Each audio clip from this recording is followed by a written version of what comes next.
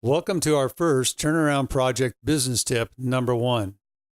This is a Geiger counter and a rock containing uranium. Today, we're going to talk about the man known as the Uranium King. Welcome to Moab, Utah. Once the uranium capital of the world, today the town is known more for tourism because of the great mountain biking and four-wheeling terrains. We are here today to talk about the Uranium King and one-time owner of this $250,000 mansion, the value in 1950, on the side of this mountain overlooking the town of Moab. His name, Charles, or Charlie Steen. Charlie was a geologist who got his start in the oil fields of Texas. One day he got fired from his job and found it was hard to find work in the oil fields. Down on his luck, Charlie read in a December issue in 1945 of the Engineering and Mining Journal that the U.S. government had issued incentives for domestic uranium prospectors. Back then, the U.S. was only able to get large volumes of uranium from overseas. Because of national security, they felt it would be better to get the uranium from the U.S. By the way, back then, the U.S. government set the price and the value of the ore. In the 1940s to the early 1950s, the government was the only legal buyer of uranium. The price was set high to create incentives for prospectors of the ore. Charles borrowed $1,000 and took his pregnant wife and 3 sons and started his prospecting career. After several moves, he finally ended up prospecting here in the Lisbon Valley. Charlie was so poor he could not afford a Geiger counter that all the other prospectors used to find the ore. Instead, he used a second-hand diamond drill rig and relied on his previous oil field experience. Others thought Charlie was crazy because he used his oil field experience to try to find ore between layers of rock formation. One day while drilling in the sandstone, the drill bit broke off at 197 feet, just 3 feet from his goal. He decided to go to town and buy another bit.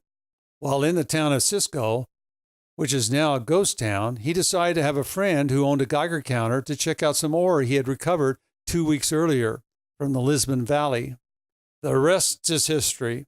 Charlie named his mine Mi Vida. It was one of the first major strikes of the uranium boom. July 6, 1952 started a uranium rush similar to the gold rush of the 1850s in California. Charlie was now a multimillionaire. He was a multimillionaire when $1 million was worth $1 million. He would later build a $11 million uranium reduction company on the Colorado River next to Moab. He also built a 27,000 square foot mansion north of Reno. You know the saying, nothing lasts forever?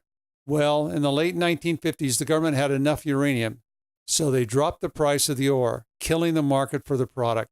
Steen suffered huge losses from the drop of the price of uranium and poor investments.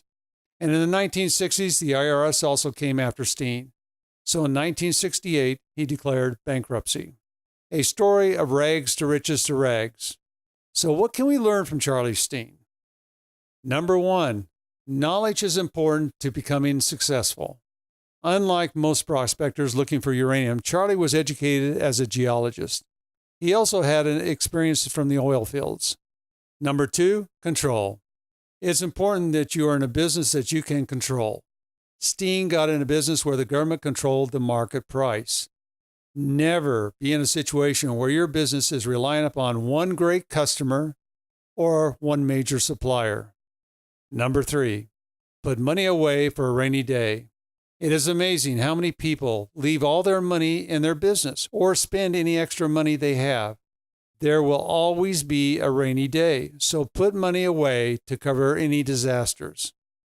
Number 4, obey the law. Charlie's final demise was that he got in trouble with the IRS. Obey the law.